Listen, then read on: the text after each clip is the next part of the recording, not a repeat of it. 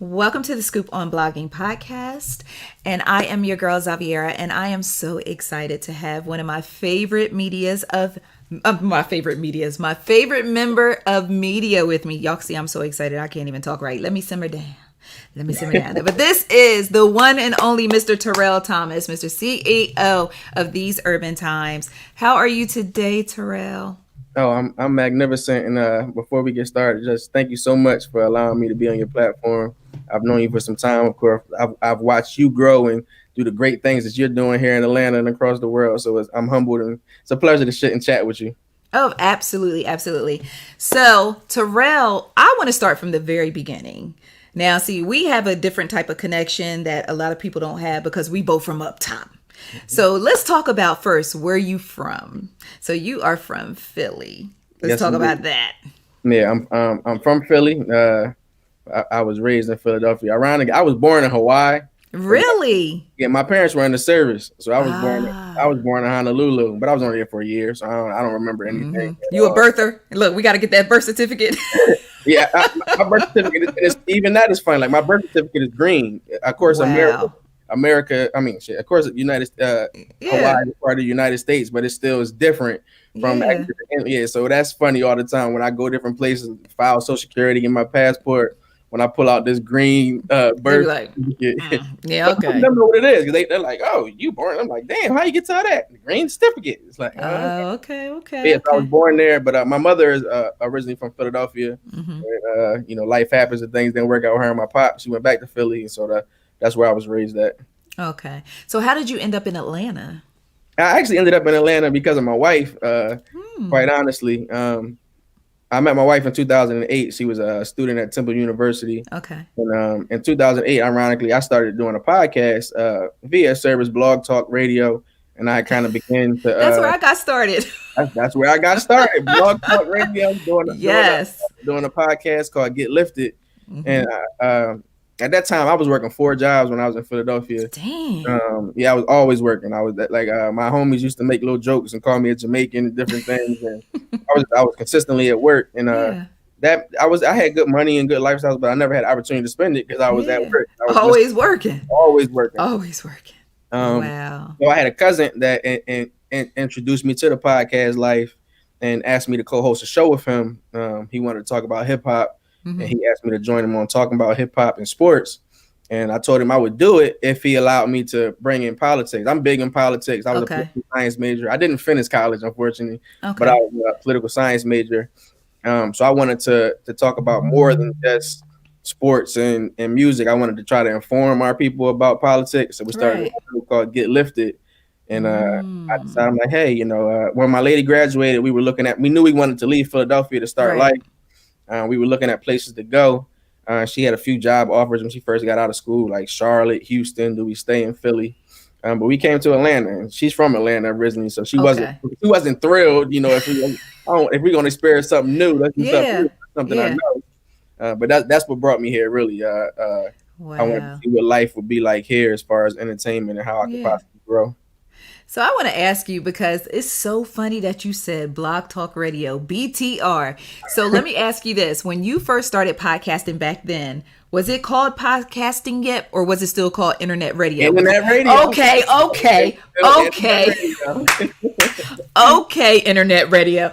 It's so funny because I'm like, yo, everybody who did internet radio was ahead of the game on all this. Ahead of the game. It was internet radio. We were doing internet radio. Okay, I just wanted to see if we were there with that. That is so funny to me. Okay, so you come to Atlanta.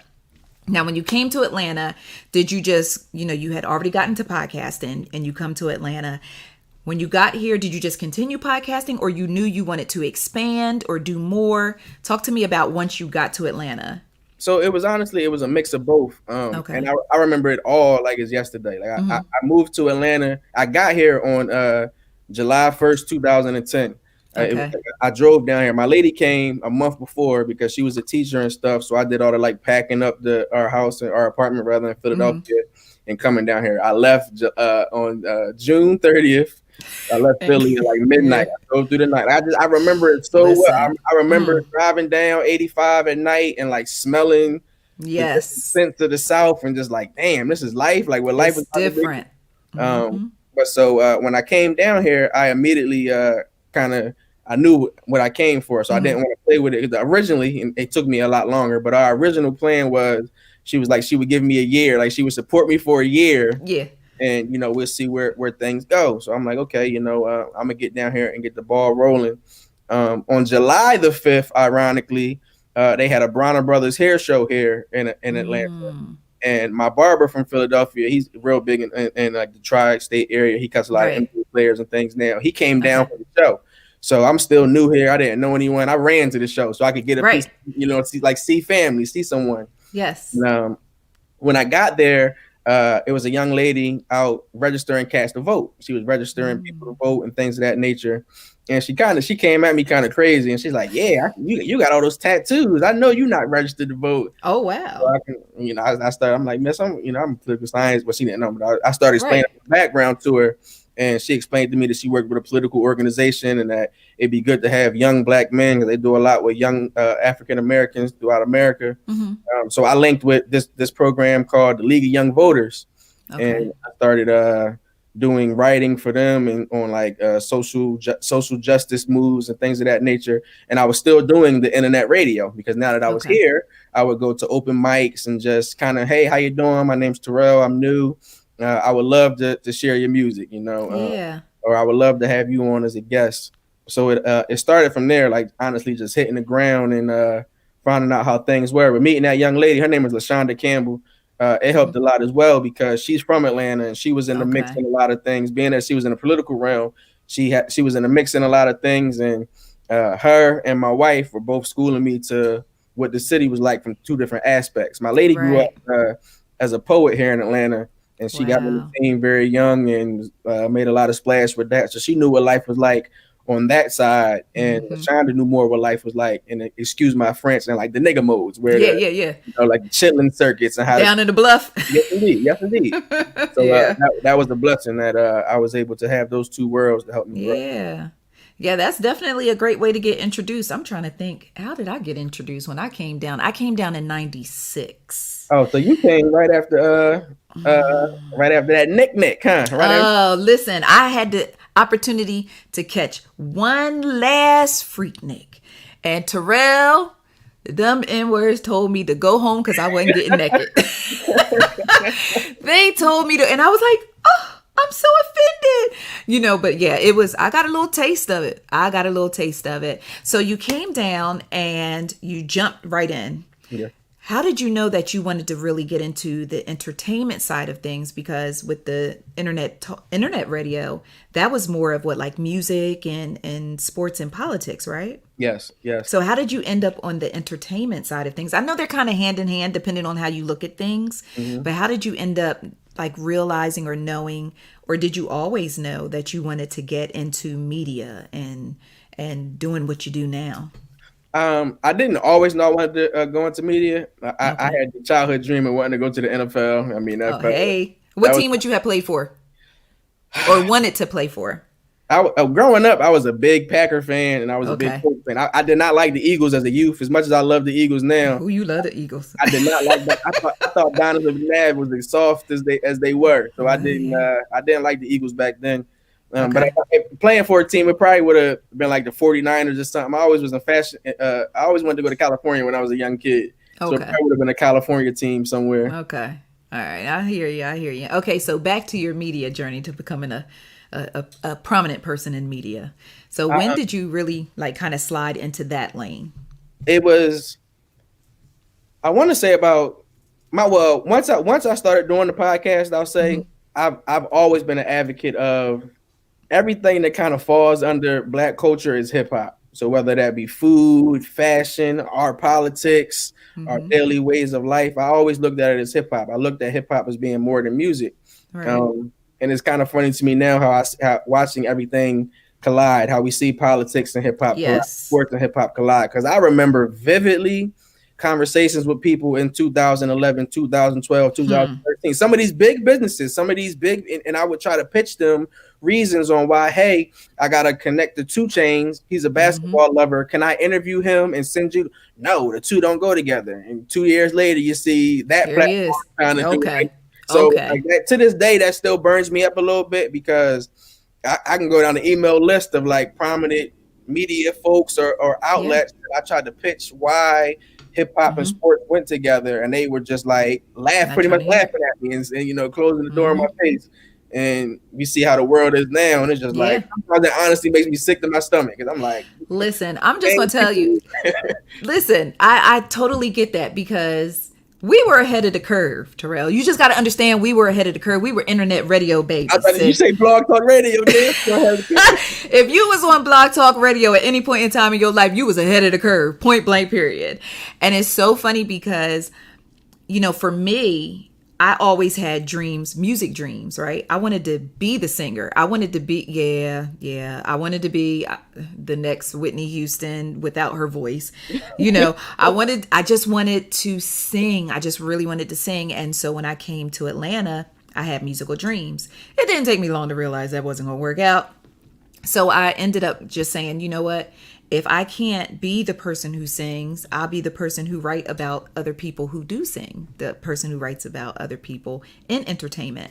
And because I had stage fright so bad that my voice would literally lock up on stage. My stage fright was that terrible. that's crazy. And so I was like, well, this can't be a career, but I have no problem talking to other people about it. So I said, okay, I see where my niche is. So I'm gonna go ahead and get in there.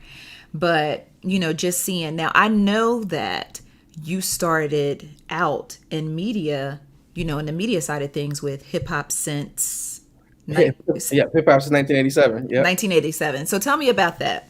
So that was a fascinating. I always credit things, and I try to let people know I don't credit anything that's happened to me so far. Of course, I understand the work that I've put in, but I Right. feel like God truly had a plan for me because I had no intentions ever in the world of doing what I do. I had no intentions, and like people Mm-hmm. who know me from earlier in my life know that had no intentions. I had Mm-hmm. when social media first came off, my best friend had to pretty much argue me down to get on Twitter because didn't care what other people Right, right. were in their lives and whatnot. So now to use social media as such a tool for my everyday life, even that sometimes is still Mm-hmm. pretty funny to me. But as I mentioned to you about like meeting up with the League of Young Voters and Mm-hmm. having all this different content, I had all this content and I had more content that I could actually do shows for on Blog Talk Radio. So it was like Okay. some of the content that I was getting would be folks sending me SoundCloud links and asking for, like posting online and different things. So one night I was watching Auburn. I remember this is where I was watching Cam Newton was still playing in college at the time. He was playing for the Auburn Tigers, and I had Mm-hmm. just tweeted out that I was interested in starting a website. And did anyone know anyone who could like direct me to a web developer or someone that could help Wow. build a site?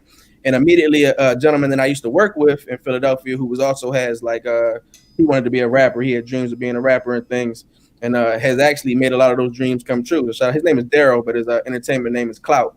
Okay. He called me. He called me immediately. He's like, "Hey! I know someone. I know someone. Take that tweet down. I know someone." I'm like, "What are you talking about?" And Yeah. he had informed me that somebody else that he worked with at another location had a website in Philadelphia, the Hip Hop's 1987 site, and he explained to me how it was primarily indie artists, and he thought Mm-hmm. that if the two of us combined and talked, we could do great things. So Yeah. he passed me the cat's number, and that gentleman's name is Brandon Whites. And so I Mm-hmm. called Brandon, and I wrote a story about Cam Newton called "Earning Your Stripes." It was Okay. after he left Auburn, he played for the Auburn Tigers. Mm-hmm. He was drafted by the Carolina Panthers. So I titled it "Earning Your Stripes," and it was a real nice editorial. It was like the first piece that I really researched and took time into, and the League of Young Voters had it posted. Vibe magazine had it posted for a while. I had sent that Wow. to Brandon so he could just see how I did. I'm like, look, I would love to write sports. I'm down here in Mm-hmm. Atlanta. I can contribute a lot to the hip hop scene as well. And he immediately he was open arms. How can we build a partnership? What can we do? Yeah. So over time, being here once again in kind of the entertainment mecca, as things were growing here, I was getting more opportunities, building more relationships.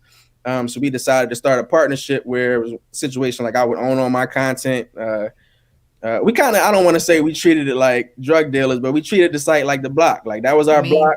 mean, And, hey. what you sell is what you sell. What you move is what Mm-hmm. you move. Who you connect with is who you connect with. And so we were able to grow from that perspective. And it taught me a lot about Wow. it taught me a lot. It gave me a great opportunity to work with other like-minded black men.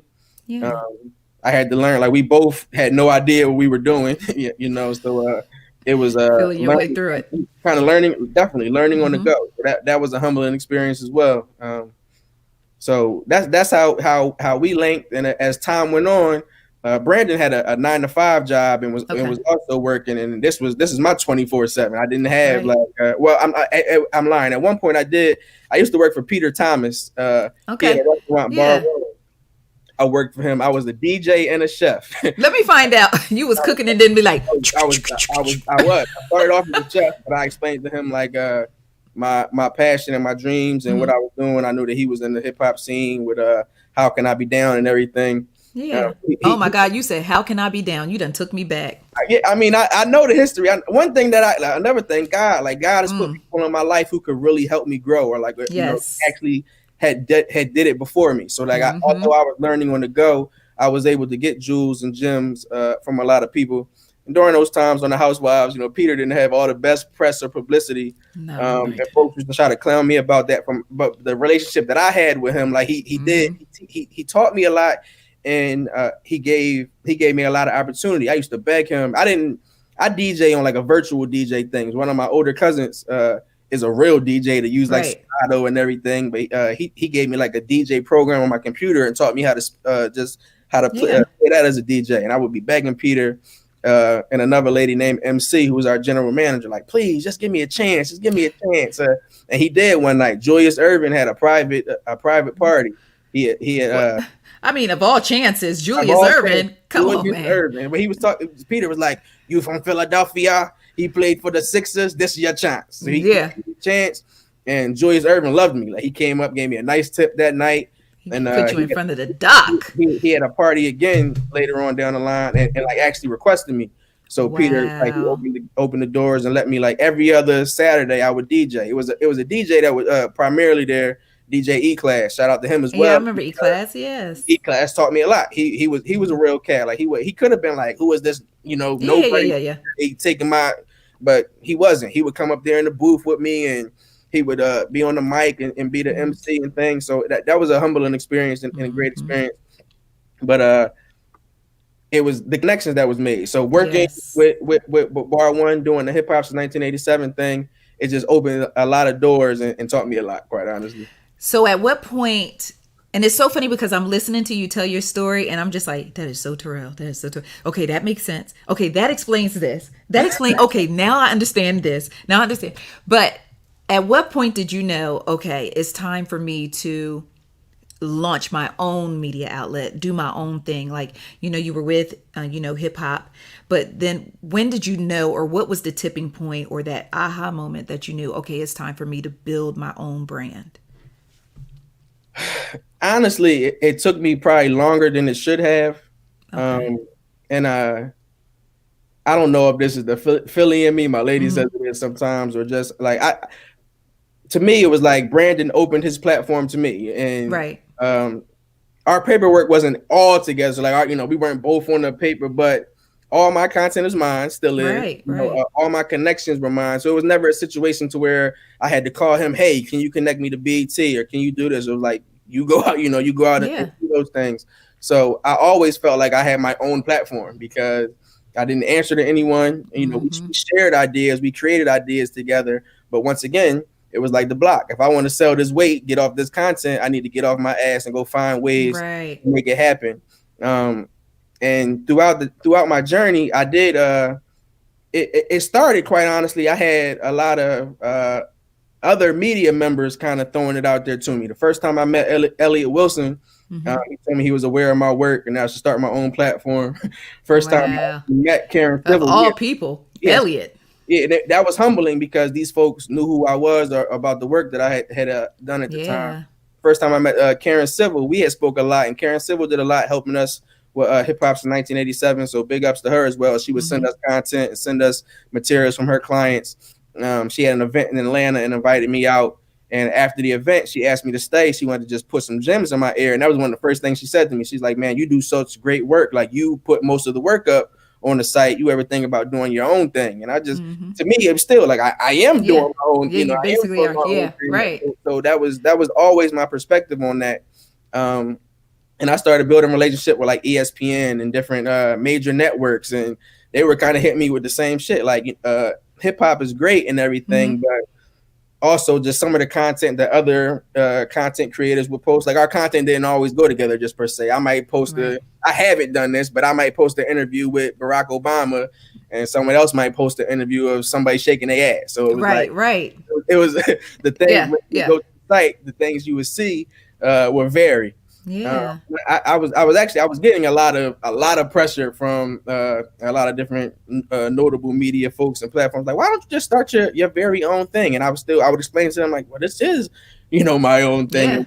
But I understand as I grew, I kind of understood what they really meant. Like as Mm-hmm. far as my own team, my own LLCs, or different things. 2016, I actually began to do paperwork and everything for These Urban Times. But Mm-hmm. I started and was just playing around with it. I forget what event I did an event. It was with ESPN, Okay. and one of the athletes knew who I was, and it just like it fucked me up. Excuse my French. Wow. No, you good. You good. I was like I was appalled. And I was like, Wow. damn, they were explaining to me how they like the stuff I do, but they check out the site, but they don't because they're not really into hip hop like that. And I was like, well, damn, how can I stay true to my roots? Because Right. I still believe, as I said, food, music, clothing, It's all connected. it's hip hop. But how can I stay true to myself and Mm-hmm. expand? And I'm big on our history as far as Africans, not even African Americans, and things of Right. our roots in Africa and history we know and history that we don't know. Mm-hmm. So I started off. I did not. It was not named These Urban Times.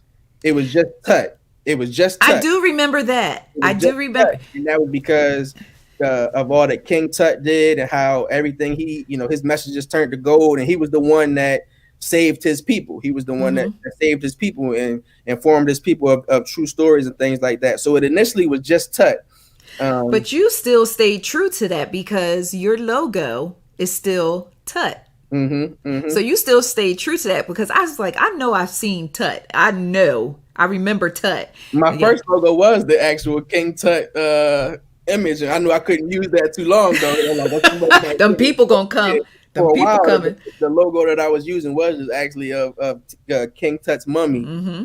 and I would just be playing with like, what can I put together with Tut? Like, what can I make? And I started doing research on other publications, Yeah. and you see the L.A. Times, the New York Times, Mm-hmm. and I said, okay, well, we're gonna put Times at the end.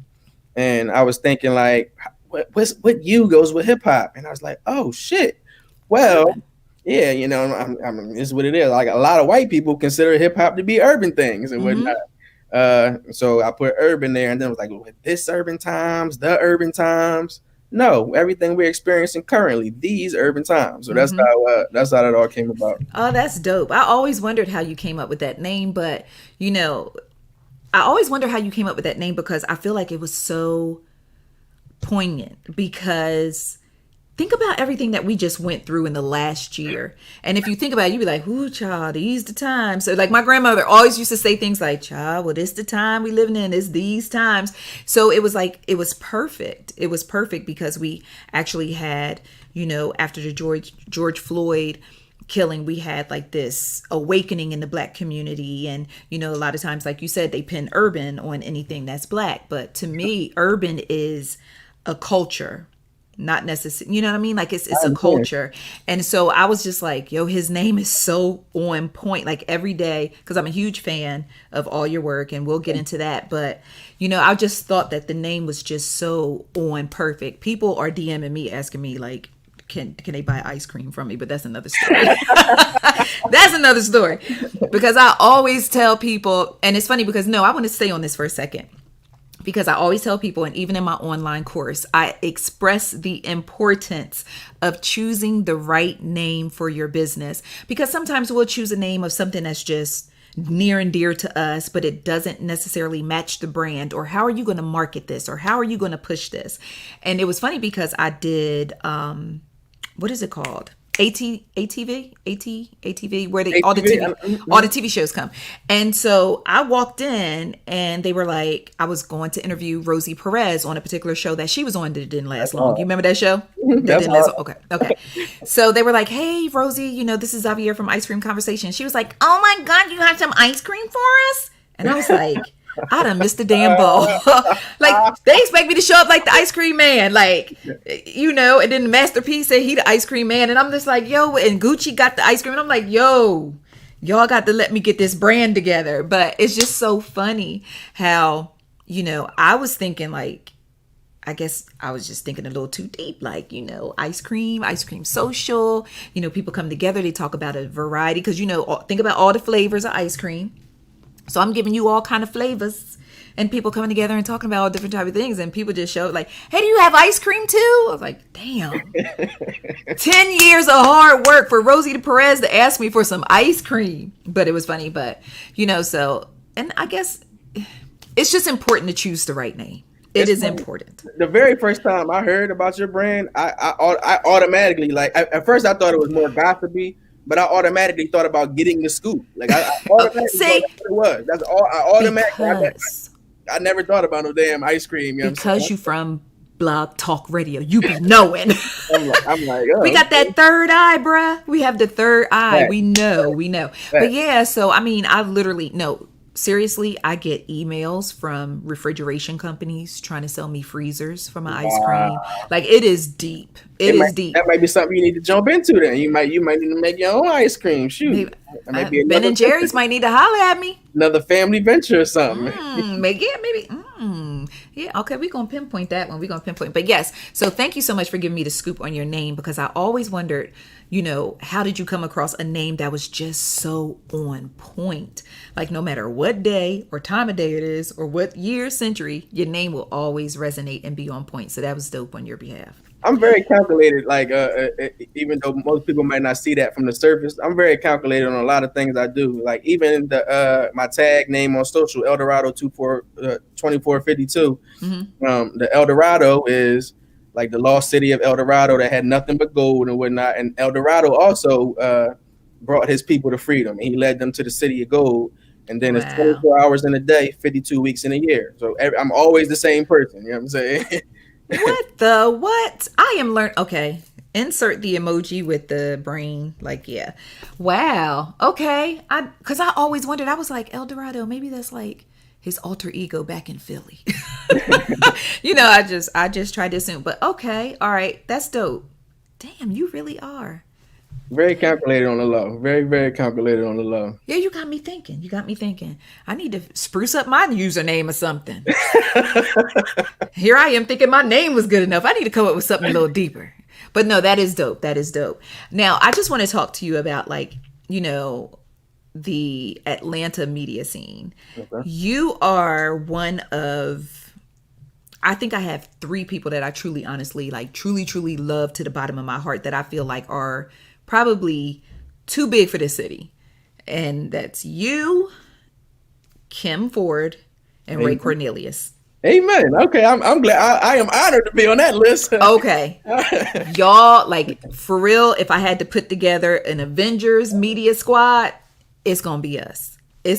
And, I'm just, one of the things that I noticed about you was that, number one, I don't know if you can tell me if it's otherwise, but everybody likes you. Everybody. You have this welcoming personality, this charismatic personality that when you talk to people, even when I met you, I can't even pinpoint when I met you. I just know I know you and I love you, and you're one of my favorite media people, one of my favorite human beings.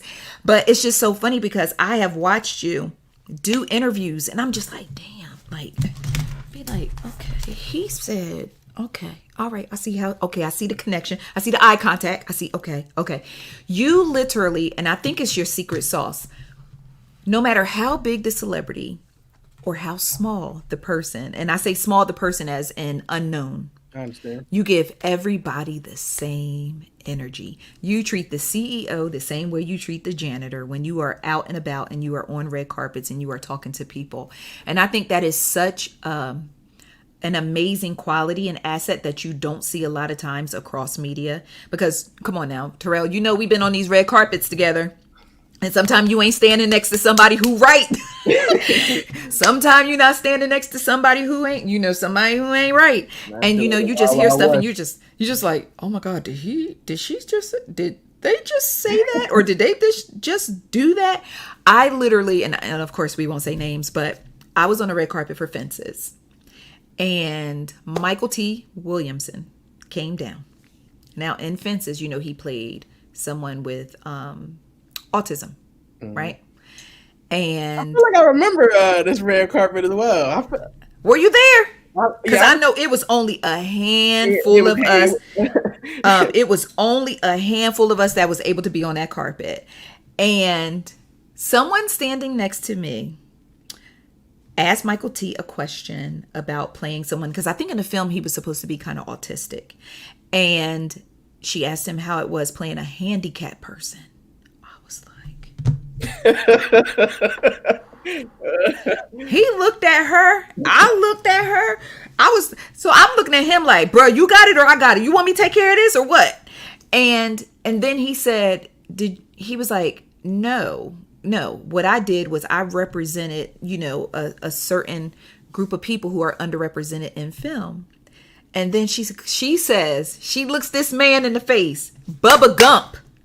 Like, we talking about OG Michael T. Williamson, and says, oh, I didn't watch the film. Yeah, we see a lot of that crazy. I understand that story. I damn sure understand that story. So it's like, okay. It's okay. All right. Yeah. So with that being said, your interview style is so dope. When you do interviews, do you go into the interview, or do you have like a formula, or is it just you're just being yourself? Do you have a formula, or can you give tips to other people who may feel intimidated when interviewing different people? I honestly, and it goes back to like one of my very first, I'll say bigger interviews or viral interviews. Mm-hmm. As I mentioned, I came into the game as a novice, not knowing anything, not really knowing the rules and how things got down. And I don't know if it was good or bad, but I assumed a lot of people were from, as how we always talk that trash about up top. I assumed a lot of people had like that Philly mentality, like it's not given, you got to earn it. There's a certain measure of loyalty, certain level of respect. And on my first interview, one of my first bigger interviews, I didn't stick to those codes. So I did an interview with Kevin Gates. I think it was in 2012 or 2013. It's funny, I was telling somebody this a little while ago, and it was at the BET Awards. Okay. And just very, very quickly, one thing that humbled me in life is as far as hip hop since 1987 is how many times I was told no. Like, folks would tell me no, like, I mean, and they still do, even like they would with hip hop, they do with these urban times. And I just like, all right, I get it. Like, you got it. Okay. Yeah. Folks would just tell me no. At one point I could understand our numbers weren't there. We were still growing and everything, but I still thought like, okay, I see a black PR or a black, like they're going to help a young black man advance in what they're trying to do. Was not the case. But and it did happen, and I want to shout out two gentlemen, a gentleman named Jamie and a gentleman named Rob. They used to work with BT. Okay. They used to work in the PR section. I had a gentleman named Willie Millions, a cat also from Philly. He was doing things in the music biz. He just kind of saw that I was moving around in the city when I came here in 2011, 2012. He tried to also put me up on game. Okay. And one year he was asking me, it was in September. He's like, hey, you covering the BET Awards? I'm like, no, I know I'm not going to get credentialed for that. Like, it's not even, he's like, shit, come with me. So he took me down to the Civic Center, and I'm thinking like, oh, he going to get me in there. So he took me down there and was like, all right, that's the door. You know what I'm saying? Let me know, like, try to get two. No. Like, oh, shit, all right. But I went in there. Yeah. And I applied, and I was turned down. Like, they, it explained turn me down too. Big enough and everything.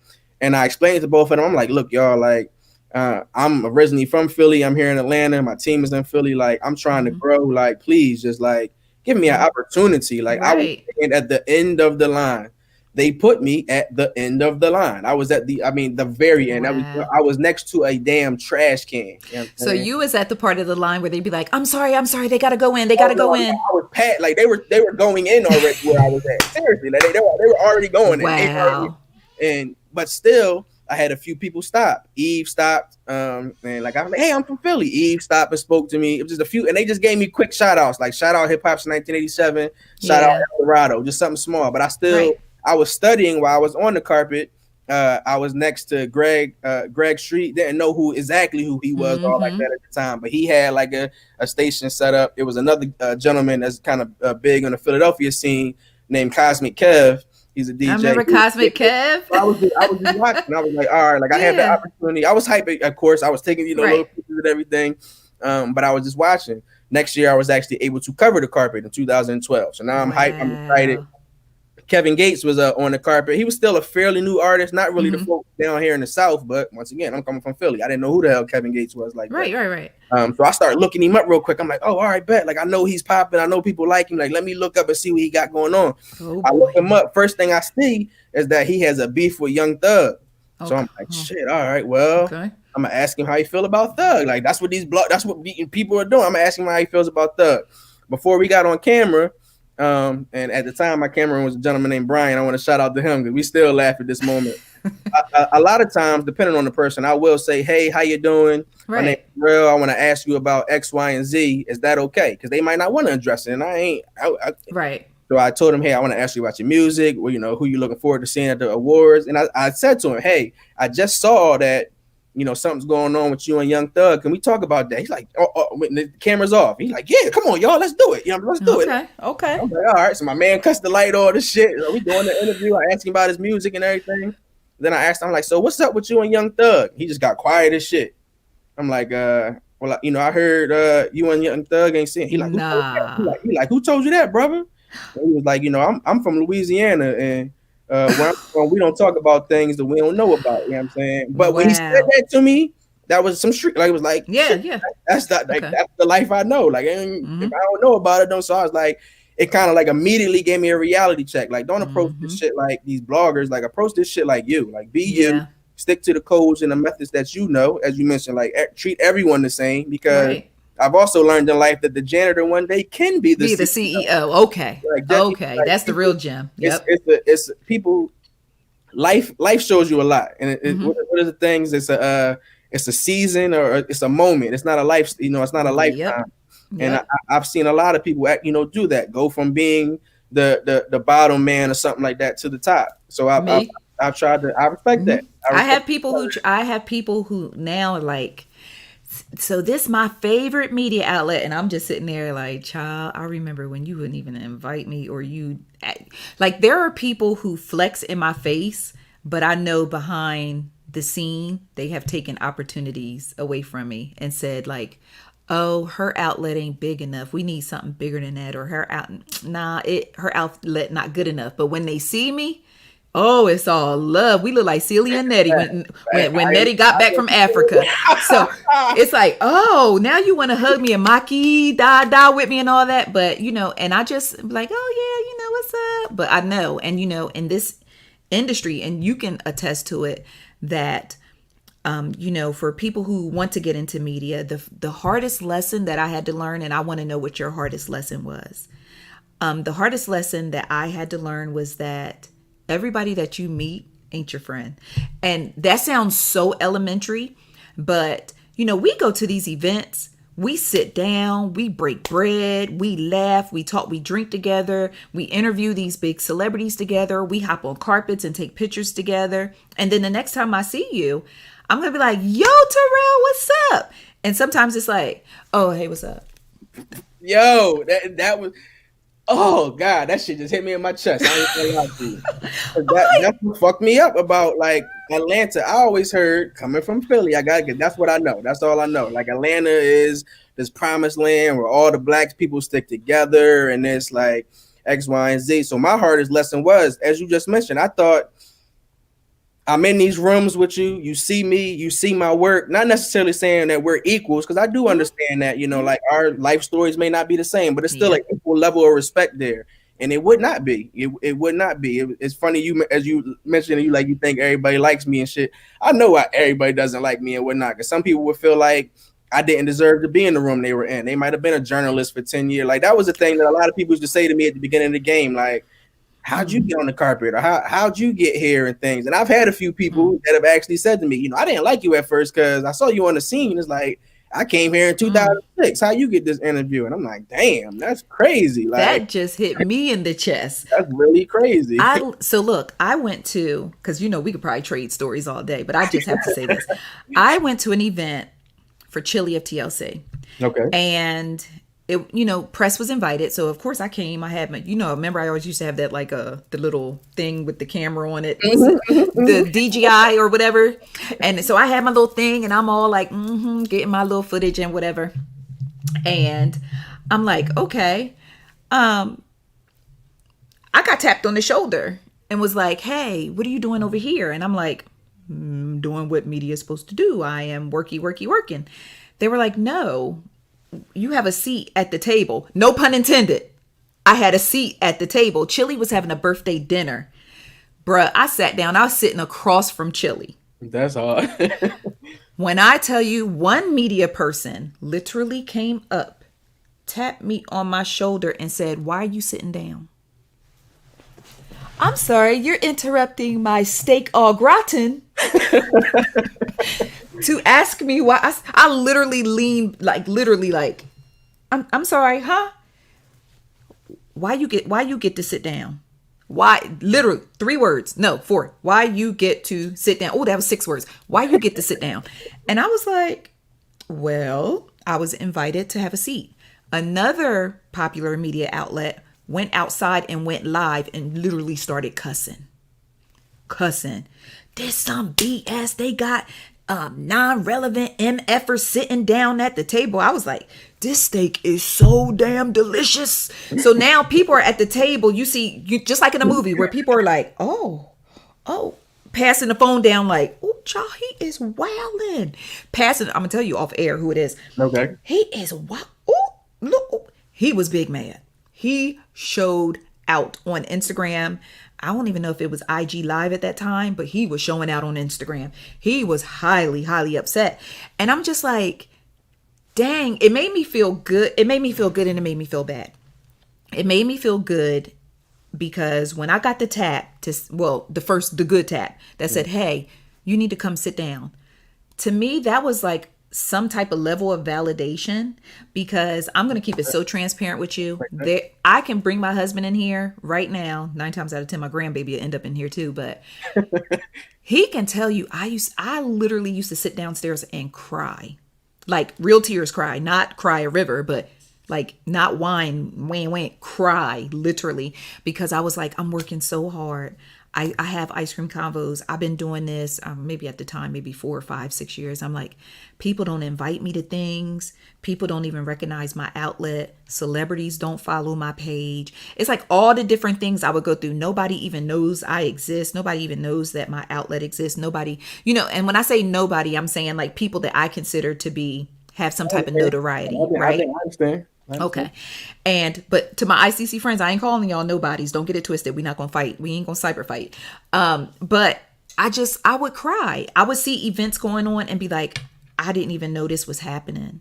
I didn't even get an invite. I wouldn't know anything was happening until I saw people online like, posing in the pictures together, like, red carpets. And it used to hurt so bad. And, it was like, I don't know. So I felt validated being able to sit down because number one, I'm sitting across from So I Creep. Yeah. I'm like, I'm sitting here with Chili. Who would believe from little small town in Bridgeton, New Jersey, that I'm sitting across the table from Chili eating with her on her birthday. So I was like, okay, maybe mama, I made it. Maybe. I respect and that. Then as soon as that joy kicked in, another tap. Why you get to sit down? I was like, well, damn, like, can I just enjoy my steak au gratin? But I mean, that's part of the media game that I want people who are listening to us to understand. Like, it look all fun and games when we snapping pictures with celebrities and when we're on these carpets or we get to take these trips out of town. It looks all fun and games, but that behind the scenes Hunger Games BS. Just you have to be mentally, emotionally, and sometimes physically prepared, because I have had many a camera go upside my head on a red carpet. So, for you and I, it's so funny that we can talk about this, and because for me on the outside looking at you, I didn't even think that you experienced that type of stuff. Oh, all the time. Like, I mean, all the time, all of the time. And it's humbled me, and it's also made me stronger, because it's like, I don't really, I'm here to get my job done. I'm not really trying to bicker and badger with you and whatnot. And all the time, all the time. Wow. I can give you so many outlets. And one thing, my closest friend, I don't forget a damn thing. I don't forget a damn thing. I don't forget a damn I'll be like, thing. just in case I forget. I don't forget a damn thing. I won't forget how you made me feel. I won't forget what you said to me. It's like it stays with me. So I'll remind folks sometimes, like, I remember, like, just so we on the same page. Like, okay. I remember. We're not gonna play and that's got me in trouble though a lot. Like, that's got me in trouble because people I'm too outspoken or I'm cocky. Like, no, you gave me your ass to kiss. Mm-hmm. Don't be mad when I address that. Oh, yes, I am aware. I'm not dumb. Like, exactly. I was able to. You spoke on that third eye. I see what you're trying to do. You spoke on people. There've been plenty of folks here, PRs and other medias that like have excluded me from opportunities in which they know I was beyond qualified for. Oh no, his outlet isn't this or that. Like, I still can't get credentials. Like, it's so nuts and it's so funny, and I'm glad that I know we kind of went on a tangent with this, but I really need the transparency of being in media to be seen, because a lot of people who want to be a part of media don't really see. And I want to ask you now, I'm putting you on the spot, but I do want to do a room on Clubhouse about media. Just a room where we can talk to other people who really want to hop in media, because I think, it just looks like greener pasture sometime, and you don't realize the work that goes in. We get to be on these red carpets and cover different things, but what you don't know is for the next 24 to 48 to 72 hours, we are going to be harassed via email and telephone from a publicist who want us to stop our lives and turn around this content and get it back out, and it's like, bro, can I sit down and eat dinner? Can I, and it's just so much to it. It really is a lot to it, but I can't get credentials for BET Awards. I can't get credentials for Essence Fest. I cannot get credentials for, what else was it that I wanted to do? Oh, the Grammys and all that. I already know I ain't. But what I will say to you humbly, like, oh, you can, because it's all about, it's you know how to play the game for damn sure. So it's more about who you know. It's about who you know. And see, I'm trying to do it the right way. I'm trying to go fill out the paperwork, blah, blah, blah, blah. And they turned me down. When Essence Fest turned me down, I think out of all the turn downs that I've had, Essence Fest hurt me the most, because your audience is the same. It's the exact same. It's the exact same. It's the exact same audience. I'm covering Essence Fest, and I'm covering some hip hop shit. You know what I'm saying? Like, so it's a woman's fest. Terrell, my demographic, my demo is 90% African American women between the ages of 24 and 45. Are you nuts? Are they nuts? But when I saw who they let down there, I said, well, you know what? Okay.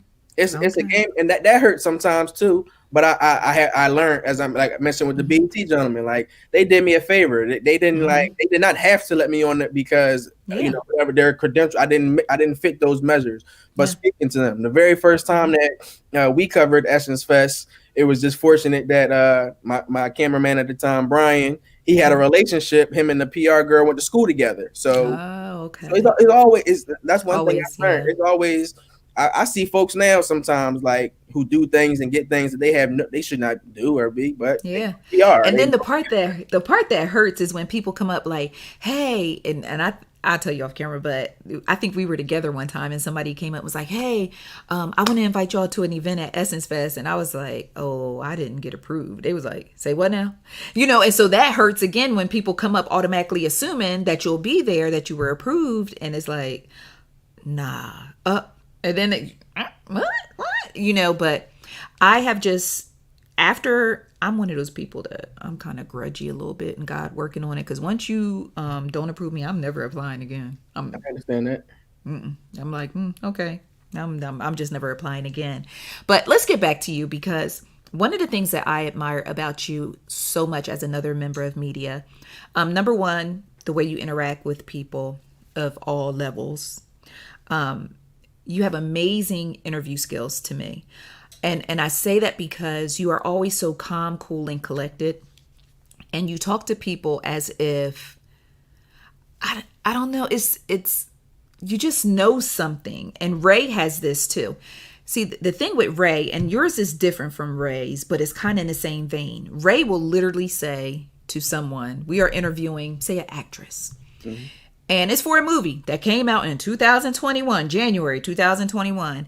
And Ray will say, oh my gosh, I think it is so cool about the time that you played Chicken Little in the play in kindergarten. And then you literally see something click in their head, the interviewee, something clicks in their head and they just melt in front of him. And they're just like, oh my gosh, you remember that? And I'm like, how the hell you know? Like, we all do research. We all research to prepare for these interviews. But bruh, how do you know they was in a childhood play? But Ray, I'm telling you, Terrell, when you talk to Ray, Ray will come up to you and be like, so that time you was playing Little League when you was what? Like for not for the San Francisco 49ers, but the time you was playing Little League for the Philly 42ers, right? You'd be like, bruh, how you know?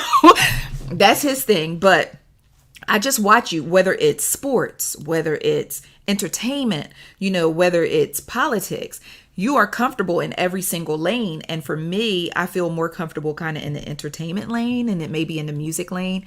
But I have watched you like transcend each lane and you don't miss a step within each lane, because one of the things that I love about these urban times is you got the scoop, you got the sports, you got the politics. And I'm like, bruh, he got to have 44 people working for him. Please tell me how you turn over content so quickly. It behooves me. My shit is always, now it's gotten to the point where it's kind of like, I won't even lie to you. I'm trying to find a way to like cut my brain off. And when I don't know how to sit, I don't know how to stop like pumping out news or content and whatnot. I feel like if I've seen the trends of the world and how things are going in the last 5 years. And I have learned that like there was a time where I could interview you at 7:00 on Monday and not post it till 7:00 the next Monday. The content still be good, still be relevant. But now it's like I interview you on Monday at 4:30. I might need to have that shit out by 5:00 because you might be different or I might be. Yes. So I've learned that like timing is everything. Mm-hmm. I have to give big acknowledgement to a gentleman we know very well, Perez. Perez, man, that gentleman, another cat, like someone who didn't have to. He don't got to pour anything to me. He works with Getty. He works with a lot of different things. Mm-hmm. Like he ain't got to pour shit into me and what I got going on, but just he would school me like, hey, bro, like you got the scoop, but you say when it happens, drop it then. Like that's what people want to like. That's what these big platforms and outlets want to see. Mm-hmm. And so nowadays, I stick to that script. Like, I want to grow. I want my platform to grow so that I can have create opportunities for others. Because right now, no, it ain't 44 of us at all. I wish like hell it was. Like, what's your work day? What does your work day look like? When do you start? Because I wake up. I'm gonna cut you off. I ain't even gonna let you open your mouth. Because I will wake up at 6:45, sometimes my grandbaby wake me up at 6:00 and I will open up Instagram and you already got your feed is already full. I said, what the whole hell? And then sometimes I go to bed at 1:00 and your post is the last thing I see. I wake up in the morning and I look at the timestamp and it's like 40 minutes ago, an hour ago. Now, I know you're an early bird because you used to get up very early with your son. I know you're an early bird, but God, dog, Terrell, like how do you manage? Just how do you manage? Because sometimes I feel like my brain is oozing out of my ear, or I always have this sensation of not being able to keep up. It's all like it's always that feeling I can't keep up, I can't keep up, I can't get it out fast enough, I can't.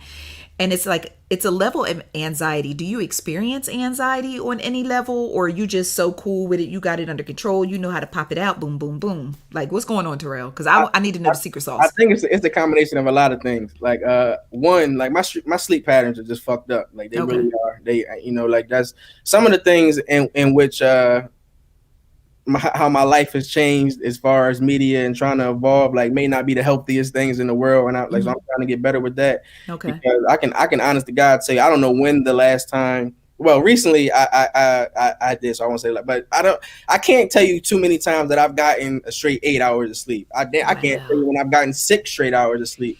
I might go to sleep for 2 hours, so I might go to sleep from I might drop a post at 1 a.m. Then I'll sleep from 1 a.m. to 3:30. Then I wake up and it's like I know something that happened in the world. Let me put some more information out.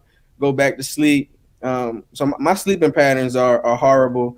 I used to have that anxiety factor, especially like trying to cover so many different things, trying to stay relevant in sports, stay relevant in music, stay relevant and you got a Friday night where LeBron James just scored 50 points at 11:30, and then Sierra's album is dropping at midnight, or Benny the Butcher dropping a video right behind that, and we're still getting the results from the election and shit. But Yes. I've kind of learned that I had to like just woosah kind of like I can't move but so fast. So like accepting that, like acceptance was the first thing.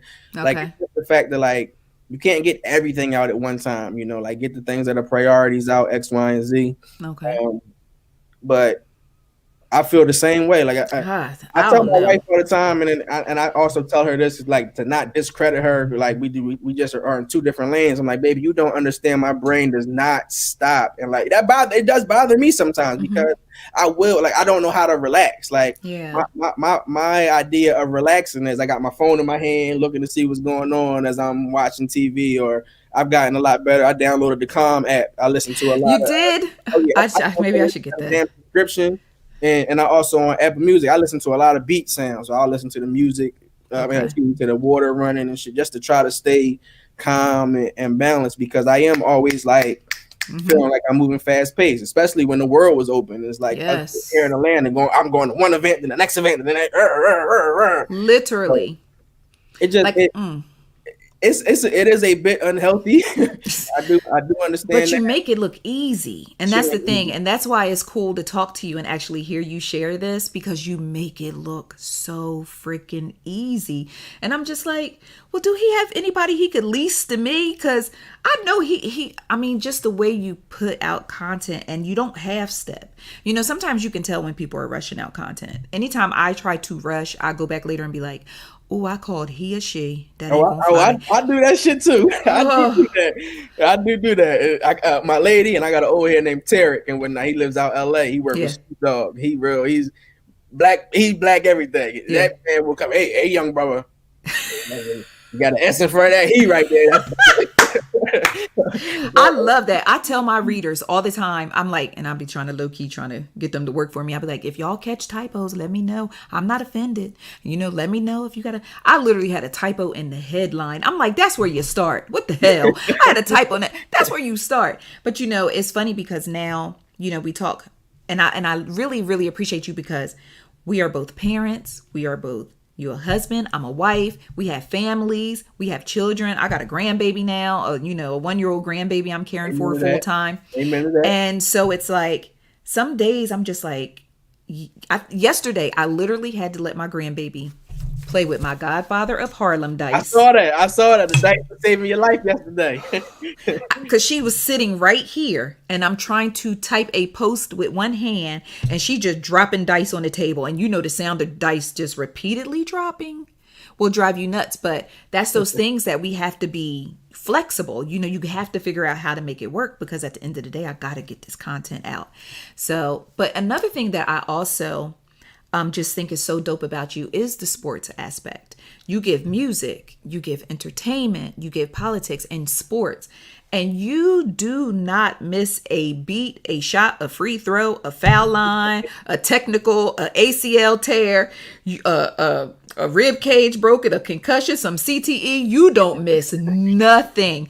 And I'm just like, how does You literally have to be watching sports and have some entertainment stuff right here at the same time. I will always go on and on about how your multitasking, brother, is on next level. I Because I'm appreciate just like, and then when outside was opening, you were traveling with the teams. So let's talk about the sports side of things because I'm really fascinated with that with you. How did you get so well connected with like the ESPNs and the players and things? Because I'm looking like, dang, he know everybody and they know him. And I just think it's so dope because a lot of people want to do what you do, but they don't know how to get their foot in those doors. They don't know what to do to get recognized or taken seriously. So, what's your secret sauce for just, really, really, truly tapping into the sports world? it that was hard in itself, for Mm-hmm. damn sure. It still is hard because I'm still growing in that field. Okay. Uh, but that's always sports is something that has always been near and dear to my heart. As I was saying, starting off, like I had the dreams of wanting to go to the NFL. I never Yeah. like I wasn't the greatest basketball player or nothing like that. Yeah. I was really good in football and in baseball. Um, I wanted to go to the NFL. My mom is a big sports head, mainly Okay. so NFL. But Okay. she introduced me to MLB. She wasn't the biggest basketball fan. She used to love basketball in the '80s, but she told me she felt it started to get too soft. So she had You're kind of all left. like, get these soft players out of here. She was getting too passionate about it. Had to leave it alone. But my, Mm-hmm. my mom would like she introduced me to falling in love with stats and shit like that. Like when I was a young boy, I would be the cat that after school and I come home and do my schoolwork and do whatever little book report or some shit like that. My mom was then quizzing me on some sports shit, Wow. points Charles Barkley had, or like little Yeah. stats have always been big with me. So I've Okay. always had that love for sports. Um, excuse me. As I mentioned Mm-hmm. with the League of Young Voters, the first article that I wrote was about Cam Newton. It was sports. Right. It was about sports. So that was kind of.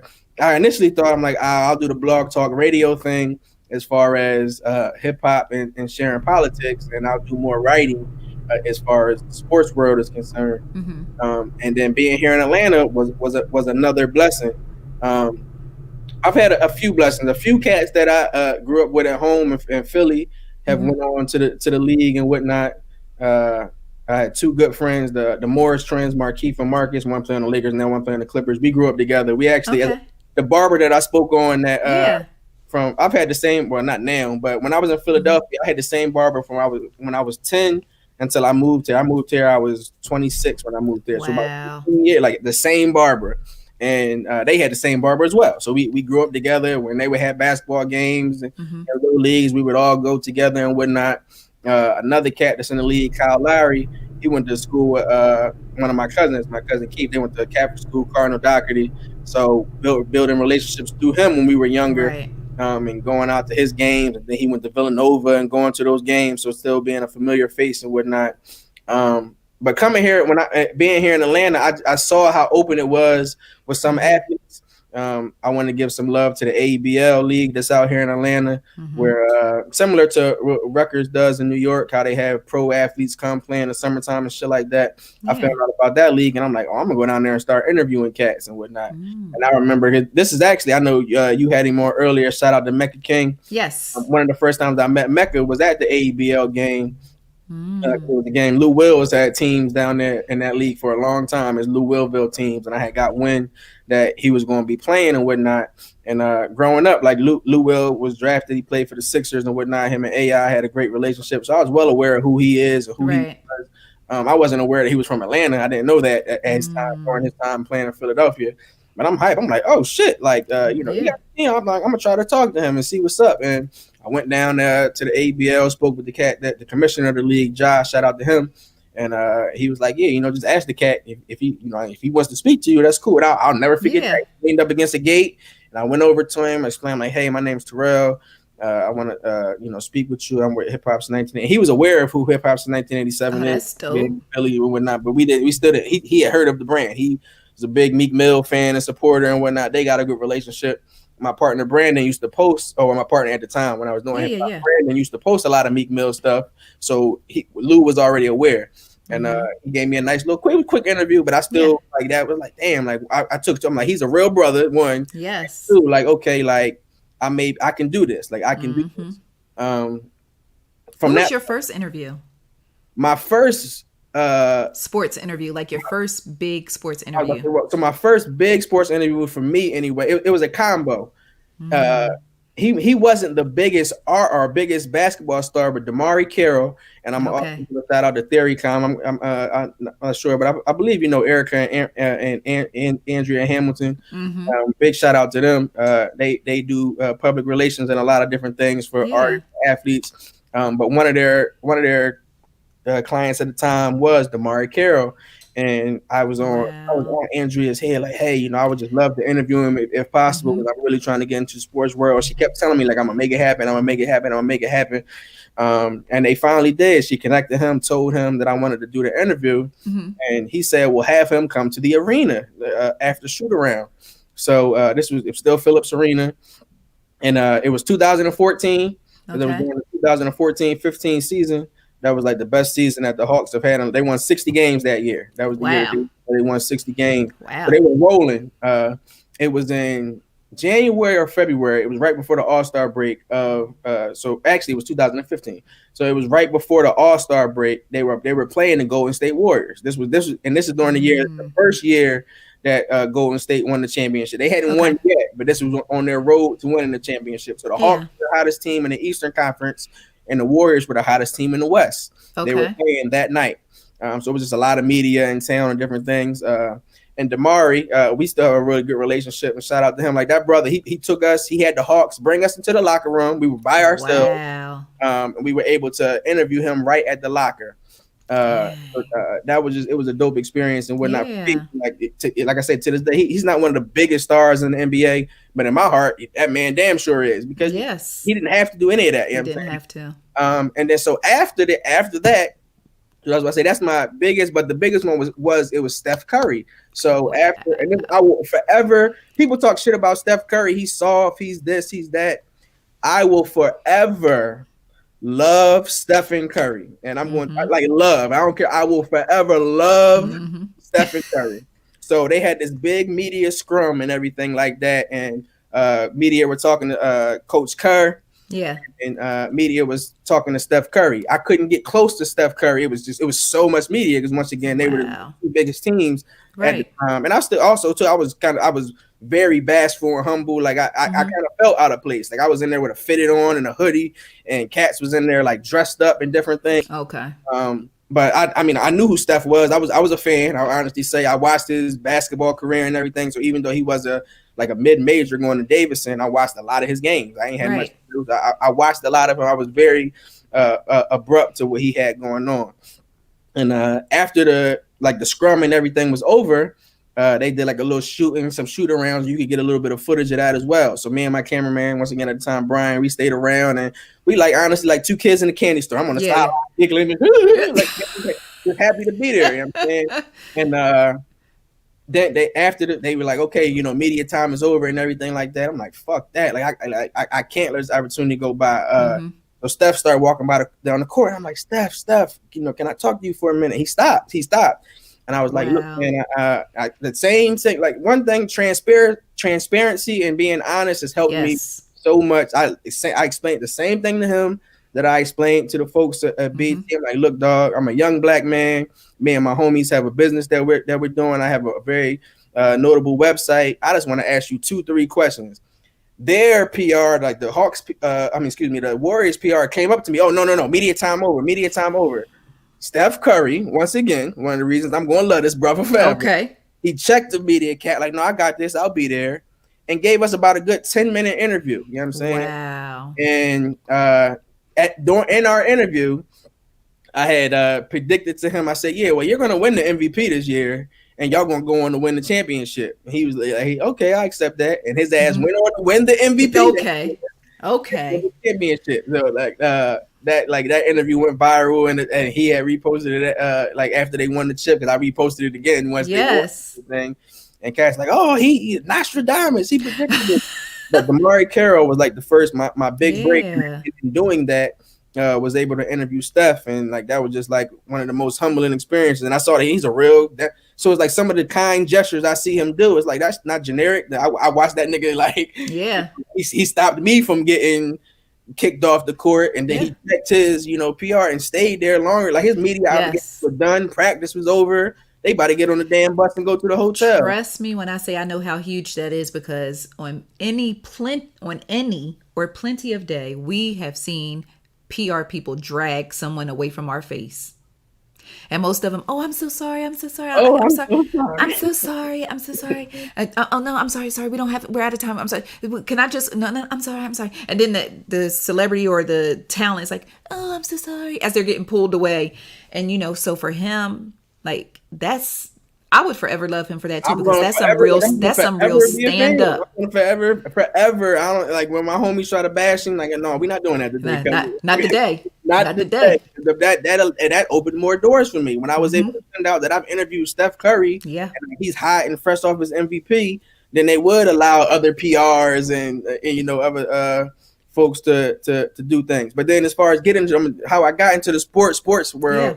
Once I saw like that kind of the whole pop my cherry, I'm like, okay, you in? Let me find a way to get in it. From then on, I would buy tickets to every game so I could cover the game. I wasn't a consistent, I didn't have media credentials, so I would buy. No. Hope.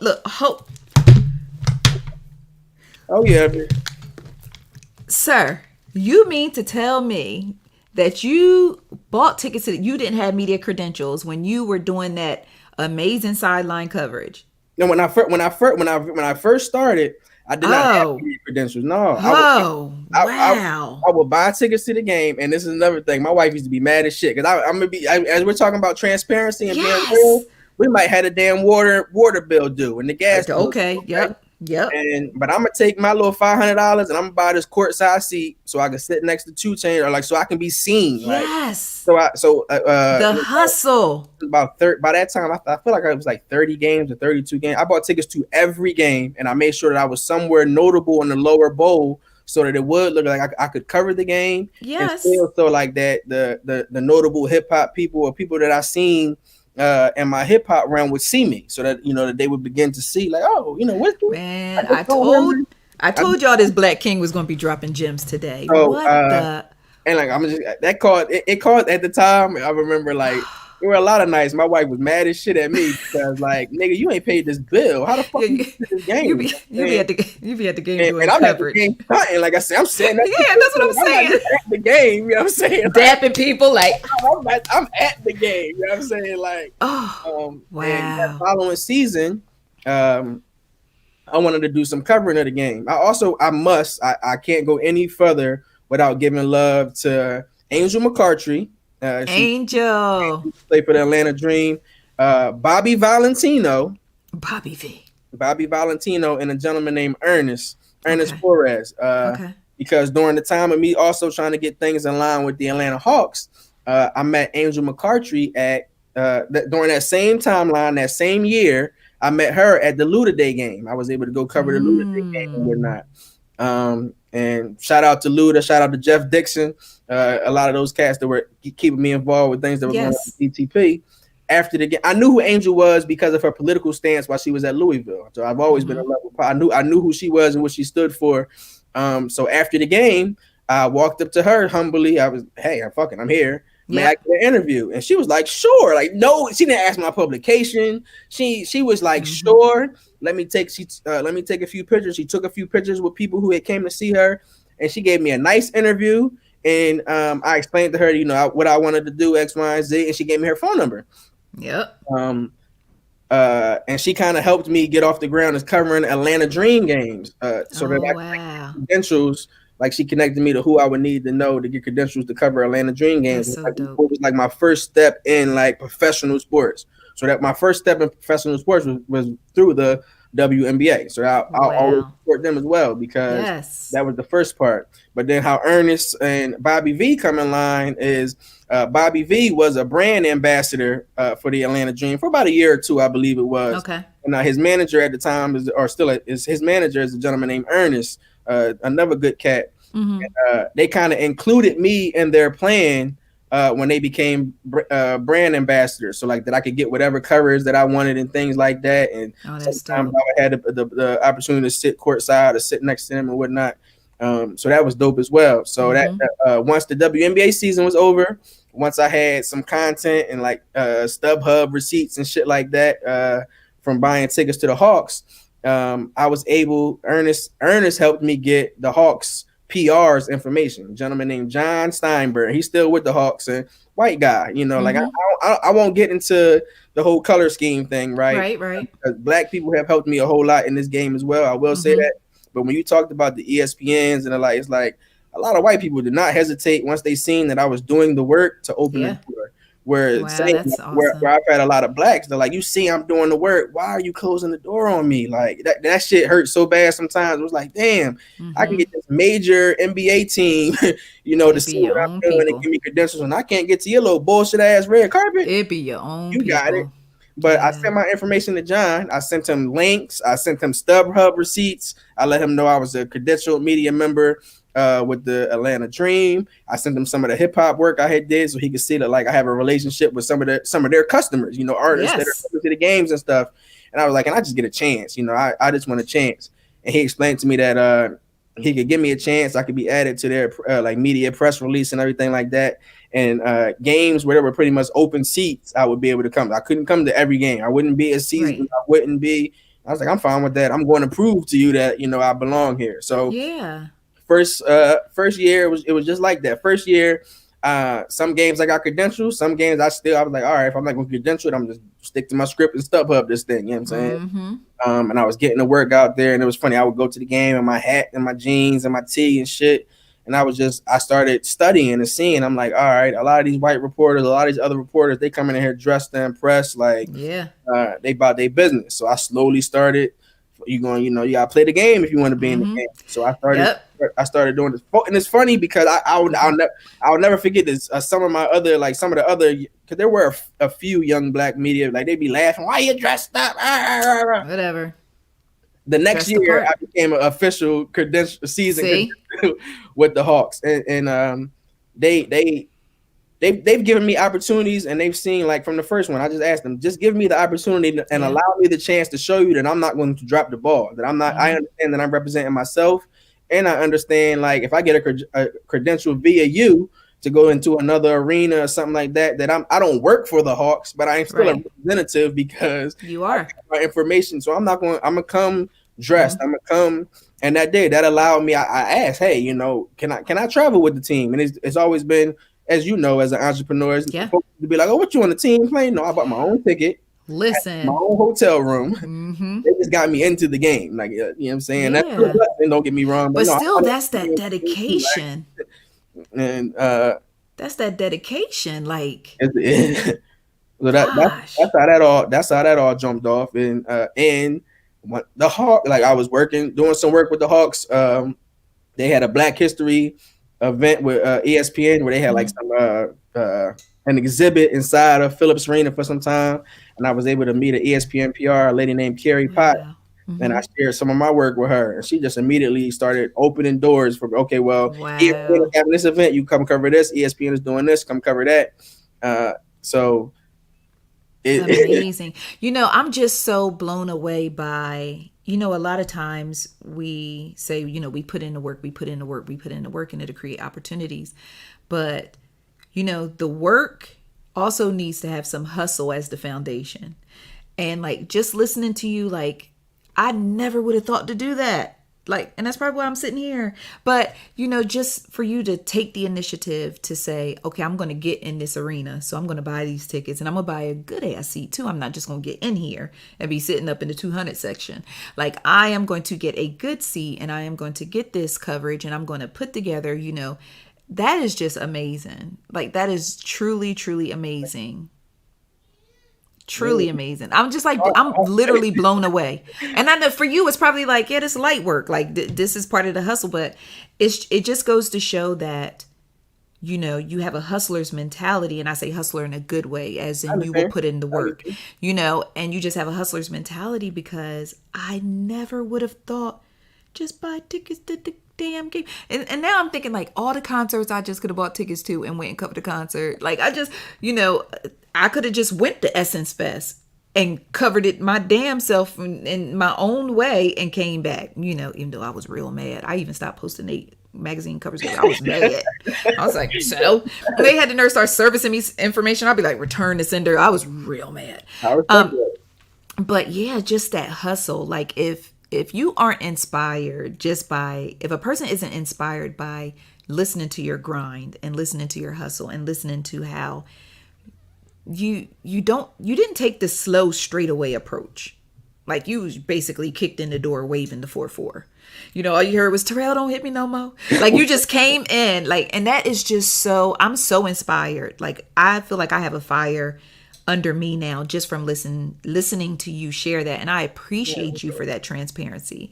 I appreciate you for sharing that, because if it inspired me, it's definitely going to inspire someone else who's coming behind us who wants to do what we do.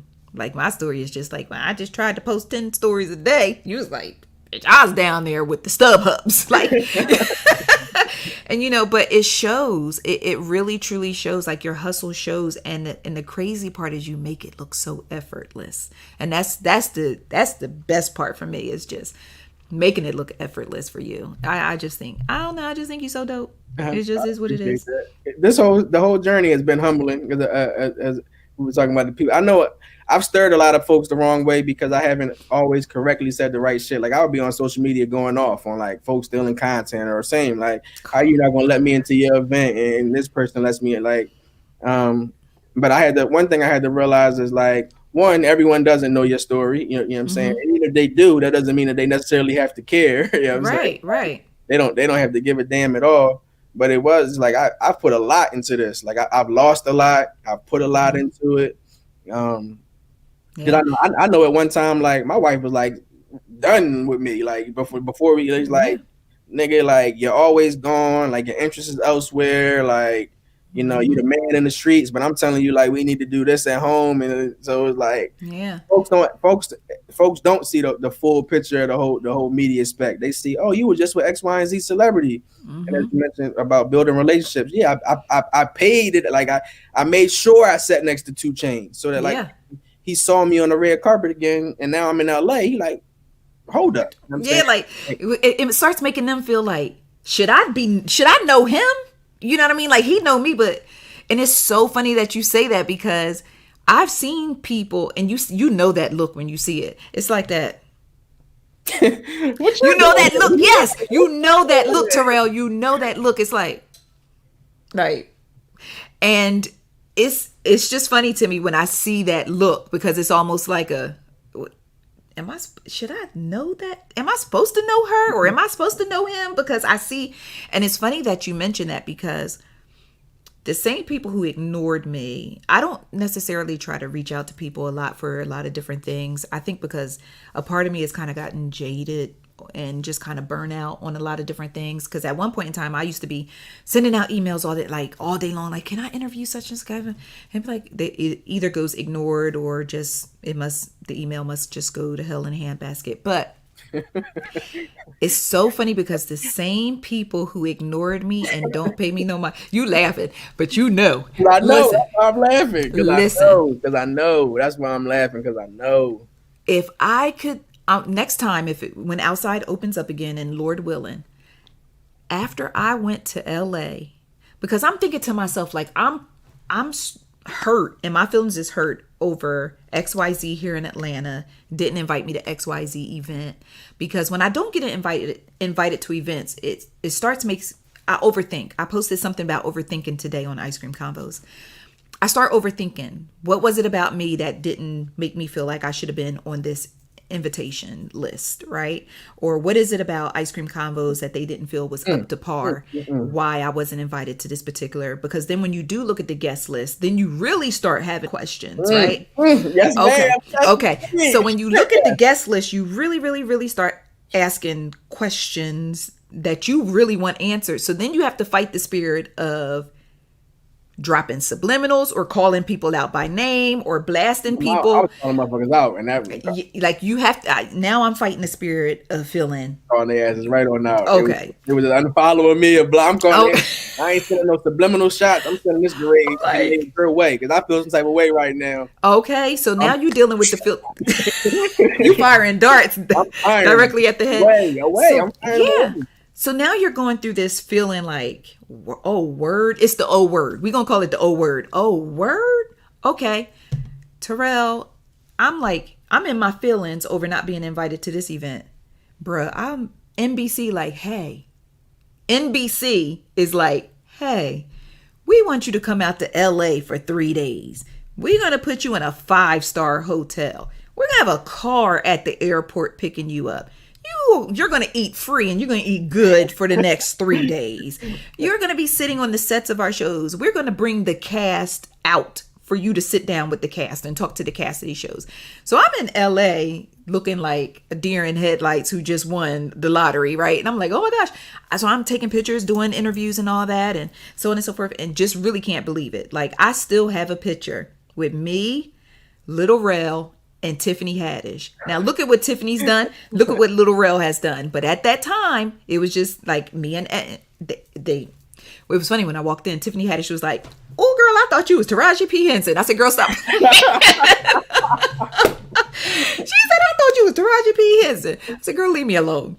So then, but when I got home, my inbox was flooded. My shit was on fire for the next week because now it's wait a minute. Oh, she went to LA. Now they feel like I have some value. Now they feel like, oh, I must be somebody, because I went to LA. My inbox was flooded. And I'm like, oh, delete.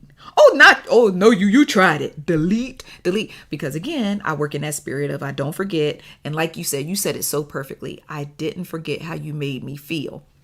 But when every single time, like clockwork, when NBC send me out to Chicago and I'm sitting up with Chicago Med, Chicago PD, and Chicago Fire, when I get back, inbox on fire. And I literally sat down in Chicago. I'm about to flex for a second. Hold on, let me flex. No, get it off. I'm sitting down in Chicago next to Dick Wolf, like they trying to play me back. Dick, do you know they trying to play me back in Atlanta? I'm sitting next to Dick Wolf. Like, and it's funny because another member of media from our city said, "Who is Dick Wolf?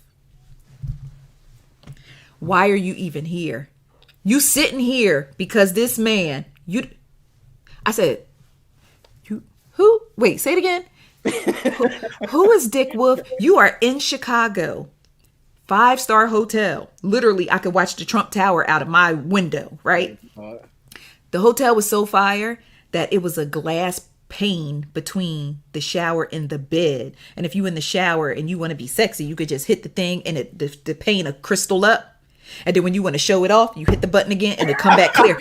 Listen, I'm in a 5-star hotel overlooking a river in Chicago, overlooking downtown Chicago, getting ready to talk to all these cast members from 3 of the hottest shows on NBC.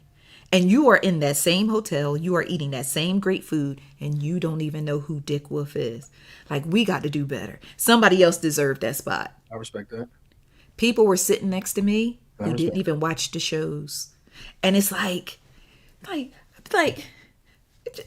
it's just mind blowing. But when it's sad a little bit. It's sad. Sad as shit. I understand what you're saying. Like, I go to LA to something, and it's humbling. Like, I've had the NBC treatment as well from them. Yes, yeah, buddy. And it's like, damn, I gotta go through this. So I'm sorry, I gotta go through this with niggas sit in Atlanta, and like I can go out here to what is these 5-star A+ events and whatnot, and you got a little CD ass event, and I gotta try to beg you to provide coverage for your shit. Come on, we got to be better. Like, you just gotta be better.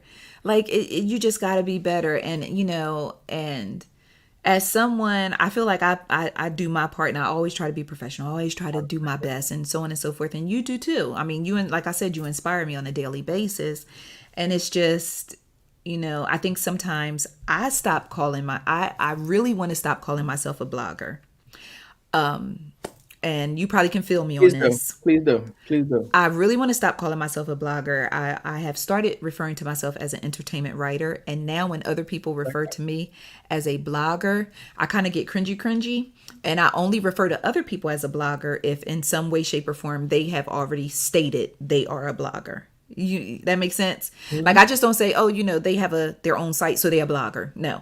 I have to look through your bio, and if you have the word blogger somewhere, that's the only way I'm going to use it, because bloggers, and somebody gonna get offended, but who cares? A lot of bloggers don't take this thing seriously, and they just fool la la. They mess around. They mess over it. They just in it for the perks. They just in it for whatever. It's not a love there. It's not a true love there for what they're doing. Now, not all bloggers are that way, but the word blogging also has a negative connotation to it because of the gossipy side of things, the messy side of things, the we not even gonna bother to validate what we about to put out on our site type of things. And so for me, I have a struggle to a certain point when I say I do celebrity news, because all people hear when I say celebrity news is gossip or mess or messy and so on and so forth. And I try to explain to people, and some people like, oh, okay, I get it. And some people like tomato, because I say I do celebrity news and entertainment. I don't do gossip, because to me, gossip is more of a I heard, unsubstantiated, not valid, so on and so forth, with a malicious or messy intent. Amen. I can tell. Great definition of that shit. Yeah, I mean, I could tell you Tyrese and his wife getting a divorce. I don't have to be like, well, they getting a divorce because I heard they wasn't sleeping in the same bed for 3 months and blah blah blah blah. Or she decided that he ain't performing good enough in the bed. Like, that's that other lane. To me, it's like, hey, they was together. They are divorcing after 4 years of marriage, and somebody stole his car same day. So it's just a very, very interesting thing. It's a very interesting thing that we do, and it's fulfilling. It's stressful. It could take a lot out of you, but those moments when we are chilling in LA, Scott ass free, eating hors I was like, what you It's do? all worth it. When them boxes show up from Allied, I'll be like, oh, It's all okay. worth it. It is all worth it. It's all worth it. So, I don't want it to sound like there isn't a great side or a rainbow side or a sparkly, glittery side, because there is. We get to meet people. For me, and I don't know how it is for you, but for me as a girl coming from a very, very small town in South Jersey, like, I'm in front of people I never thought I would see in person or talk to or interact with in my entire life. Like, for me, what was your, like, I cannot believe I am standing here interview? Kobe Bryant. But see, you've interviewed Kobe Bryant. Kobe. Yeah, I know you love Kobe. That was because I mean, honestly though, and I hope I don't shoot myself in the foot by saying this. I don't care about a lot of shit in the entertainment world. I really don't. Mm-hmm. I don't care about people's personal lives. I could care less. I don't watch much TV. I watch TV on the things in which I report, or like, for instance, Allied, as we both, yes, they have helped and supported us, yes, numerous levels. So anything that they do, like, that's how I get a lot of the. I would have never honestly watched the Chicago without Allied. It's just something I'm not interested in, Yeah. I my TV, my kids laugh at me, my wife. I watch ESPN and the Family Feud all the time. Like, that's what I don't watch. I don't watch any Love and Hip Hop shit. I'm not one who sits around like watching other hip hop interviews. I don't watch Joe Budden interviews and Breakfast Club interviews. Have never seen a Joe Budden interview, it doesn't interest me. Those things don't interest me. So you technically don't have time. I just started. Like, I watch Cobra Kai and whatnot. Yes, Cobra Kai never die. That's my shit a little bit, but a lot of our celebrities and figures like that, I respect their craft, so I'll have a great deal of respect for what they do. The sacrifices in which they made that I know of or do not know of, but there haven't been too many people, once again, that I say like I'm not like in awe about. But Kobe was one of those people. I knew about him growing up. My mom gets humbled about this, and she don't like me telling it, but it is what it is. My mom she babysitted Kobe a few times when he was a baby and whatnot. Like Wow. growing up in North Philly, Yeah. his dad, Joe Bryant, Julius Mm-hmm. Erving, some of the Sixers, they would go. It's a court in Temple, McGonigal Hall, and they would be like these Sunny Hill leagues. And like similar to the same, the Rutgers and the ABL were Mm-hmm. the pro players would play over the summer. And one summer when uh, Joe Bryant was there with his young son Kobe. Yeah, my mom watched her, so he watched. It might have been for like a week of like maybe like Oh, Thursday, Friday, Saturday games, yeah. like at the games and whatnot. So I always when Kobe was coming up in high school in the Lower Merion section, like that was something my aunts oh shit, that's the little boy that Viola used to that's Pam and Joe boy and whatnot. Yeah.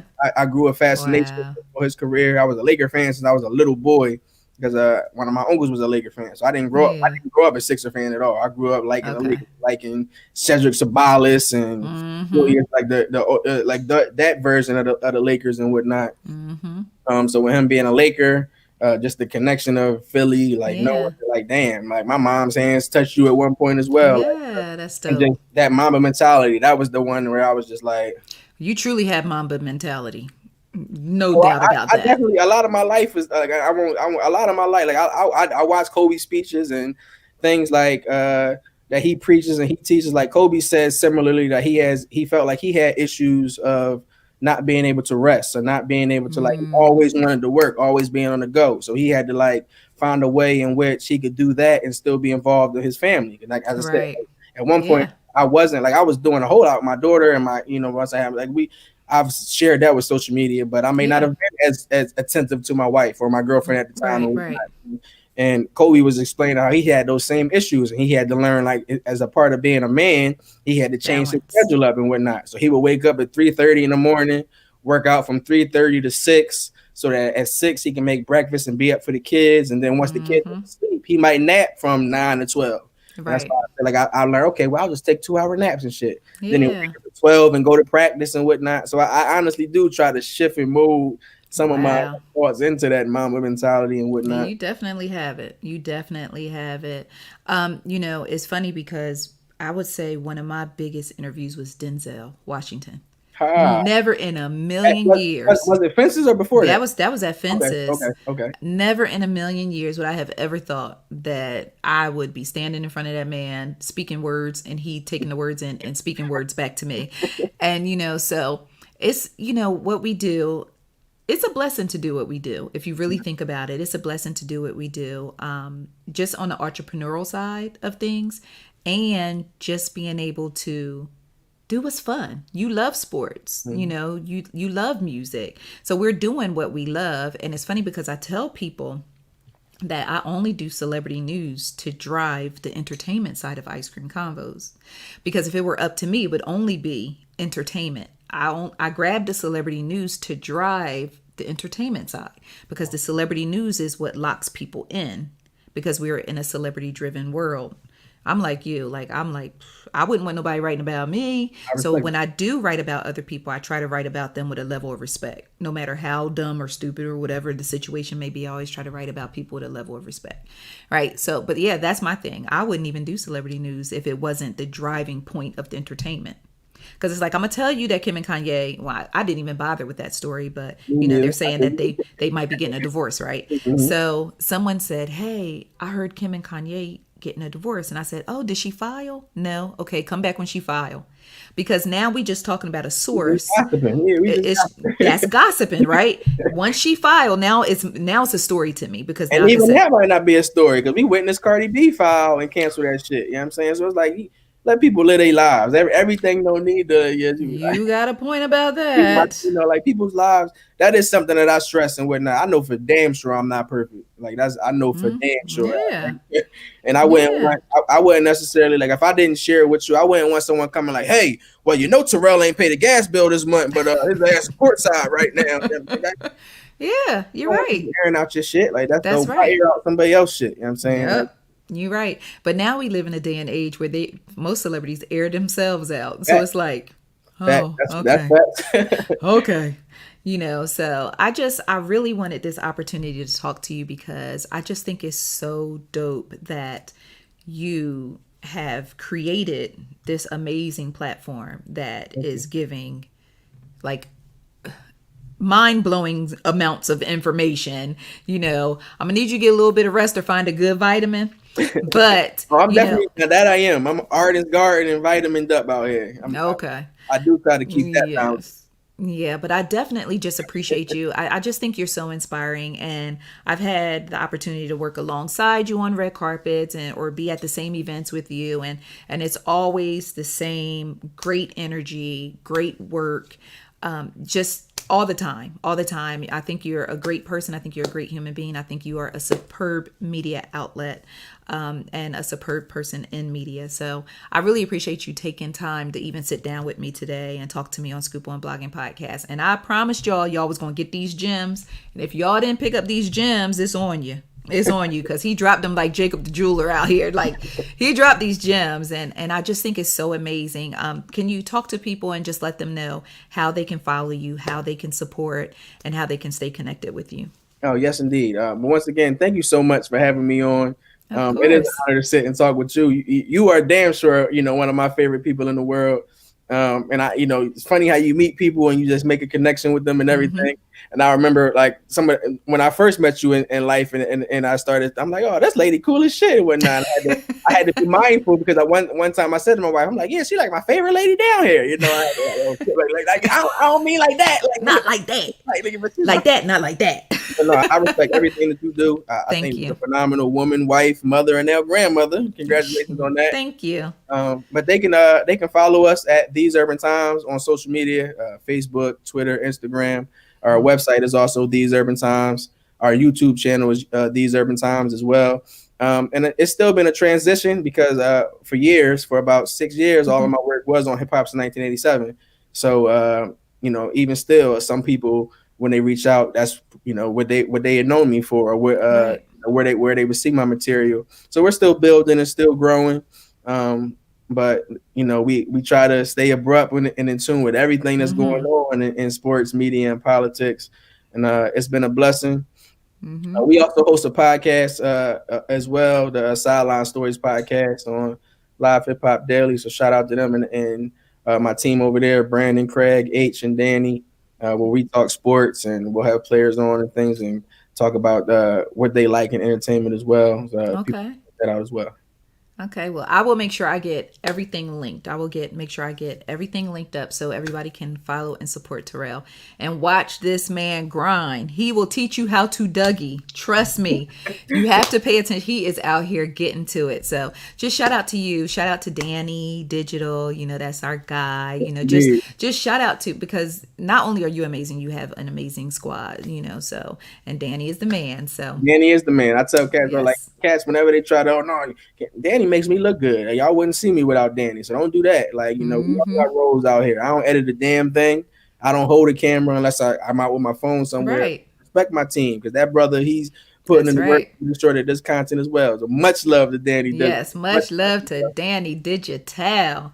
All right, so thank you so much, Terrell, for being with me today. I cannot express my gratitude enough, and I just thank you. Keep grinding, stay on the ball. Thank you for inspiring me, and you will be inspiring so many others. I will be following up with you because I definitely want to do something in Clubhouse, because I feel like if we get the right people, maybe my magical Avengers, if we get together, we could drop some gems to maybe inspire some other people and get some other people on the right track in media, because trust me, sometimes it can be Hunger Games.